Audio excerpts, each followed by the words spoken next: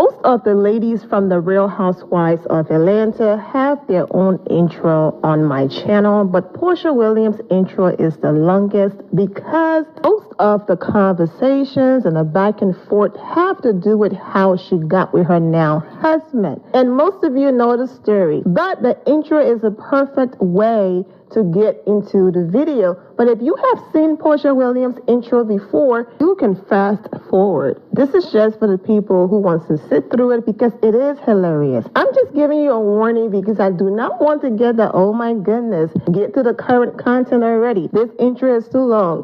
You can always skip the intro and get straight to the current content. I just feel like, even though you may not be married, it's just some things are just common sense of how to behave around a married couple. Mm-hmm. And for me, I don't even like to stand and look someone's husband eye to eye and carry on more than a 3-minute conversation.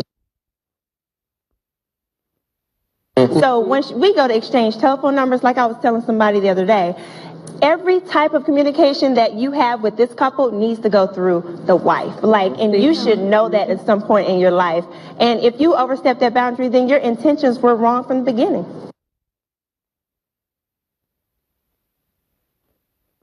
Porsha wrote a coloring book about wanting to be R. Kelly's main girl despite him having a wife, leaving a woman that was screaming to be let out of R. Kelly's sex cult.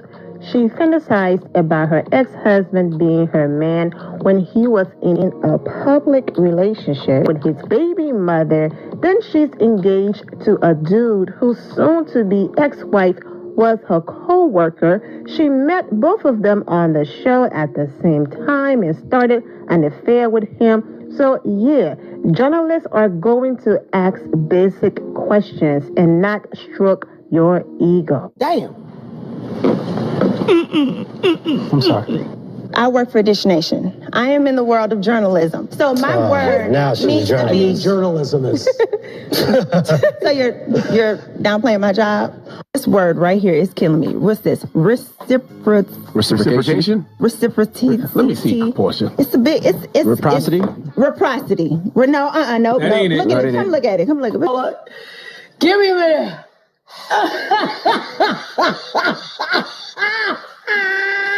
Reciprocity. Reciprocity. Hot mess, child. I would like Porsha to spell scepter. No. It's almost hurtful to me to watch her be so dumb. Somebody wrote it. That's on 265 days a year. What is wrong with that? Shout the season, man. Porsha Williams coming back to Real Housewives of Atlanta? That's false. But Porsha Williams is in the building. See y'all. Mwah. Porsha captioned the video, season 16, let's go, peach emoji, hashtag RHOA, are y'all ready, okay, with those emojis. Kenya Moore responded, come on, sweet 16. Well, I guess Porsha Williams is coming back to the Real Housewives of Atlanta because Porsha Williams just filed for divorce, child, and we don't even know if that's truly her real name because you all know I've been reporting about it that the man re-entered this country after being deported due to his criminal past under a fake name and fake identity. Got his paperwork under that fake identity and then decided to file for a citizenship in this country under his fake identity. And that's how he was caught. For those of you who missed that video, I will play everything else at the end. But if you want more information on Porsha filing for divorce, I have linked that video in the description below. So Andy Cohen said on his podcast, first of all, Porsha announced last week that she is leaving Simon.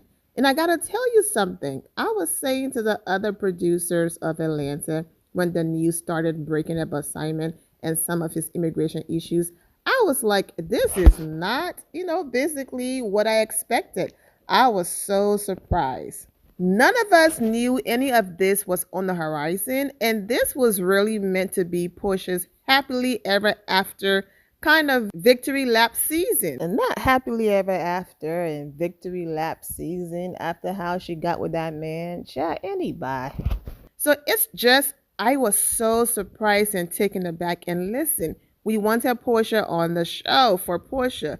We would take Porsha, married, single, picking up the pieces of her life on a high, on a low, however she's going to be, but we didn't know. And this is really a big right turn from the story that I think all of us thought we would be telling. So sending love to Porsha. So you would think, okay, we had plans for this. Now this has happened. So camera crew, Porsha contract is confirmed. She's made an announcement. Head on over there, wherever she is, and capture these raw moments. No one is saying stick a camera in her face, being emotional, all of that. But if that's her true story, show that part of your story. Allegedly, they're not even filming yet. So basically, when they do start filming, Porsha is going to come on camera. She's going to get a question. She's going to give a polished answer and then move on because she's desperately trying to prove that this isn't a storyline and it's real. Okay, I get it. I get the whole storyline conversation. But if your job is to be transparent on the Real Housewives of Atlanta or any other show, and you don't want to be transparent, stop taking these people money and coming back. And Bravo and everyone else, stop giving her these contracts. If she's going to come on here and give a polished and perfect answer and not share her story or share her true journey or be transparent because she wants to prove it wasn't a storyline, why are you here? Because this is really your story. So being transparent and capturing those moments are important. And since when did you care? You've been here before. The people said, child, Porsha not even crying in those clips when you were at the counseling sessions with Dennis, okay? But that was your story. You claim it happened. It was all real. So this ain't no different. Bravo, go over there with the camera and get the footage. Not y'all wanting to film a show that have real in a title, but then want to give us scripted. Don't get me wrong. People will ask Porsha questions. Porsha will also probably explain her story herself. I'm just saying things happening in the moment where you can give your real, authentic, and raw reaction compared to months down the line where you have a more polished, put together response. That's not real. Now, absolutely, there is nothing wrong with making yourself look perfect. Okay, everything is so in place, even with all of the drama going on in your life behind the scenes. You know what? That's my business. That's personal. If I don't want to explain it, I don't have to. But the difference is you are on reality television, signing contracts to share your life and share certain things of your life. Absolutely have boundaries. But if you're going to be so tight on those boundaries, then this is not the platform for you, or some of the comments that I was seeing and social media reaction. But then my response to those people who are reacting this way is give Porsha a chance. You don't know what she's going to share and what she's not going to share. I understand the reaction because she had one of, if not the top scandal, okay, with the whole situation, with how she got with her now husband, soon to be ex-husband, all of that. And you all didn't get to see it. You didn't get to see her wedding. And then now she's back and now she's setting these boundaries. So I completely understand why you here, void her contract. I'm going to get to those comments. I get it, but give her a chance, see what she brings to the table, let them start filming, and then go from there. But I completely understand these reactions. Basically, the whole plan was Porsha is coming back. She's married. She proved that I told you so people wrong. She's going to show her lavish lifestyle in her mansion on private jets with her men. And now look, I mean, she can fly private with a different company. but they owe over $1 million to that private jet company. It's a hot mess. But get the cameras and go over there. Bye. Void the contract then.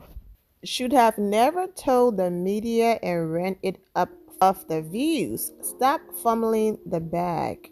This is all Porsha. Porsha is trying to prove that this is not a storyline and that she's serious, because majority of the comments has been, oh, Porsha is protecting her assets and it's all a storyline, and they're probably laying next to each other smiling. So this is why Porsha and her team are trying to make a point that this is beyond the storyline. What a waste.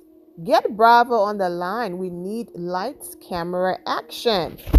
They've done emergency filming before, though. They must still be negotiating that contract. I mean, we saw it with Drew. Okay, everything was rushed.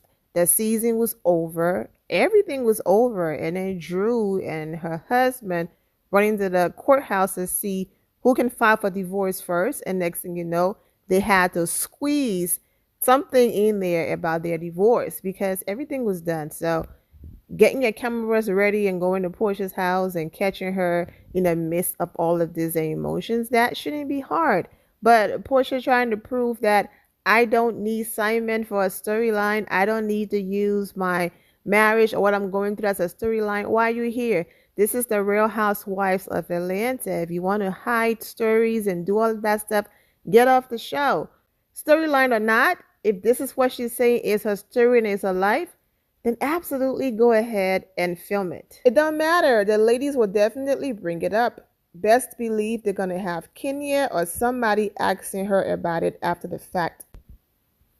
Oh, reality check, buddy. Buddy, like the heavenly verse. I'm convinced that negative people in these comments haven't kept up an ounce of what's been happening since season 15 and the LAL. There's been interviews, podcast conversations, and actual friendships happening off camera. There's no beef between Porsha and Kenya.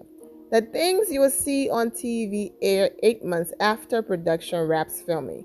Kenya reaches out to Porsha just as Porsha does Kenya.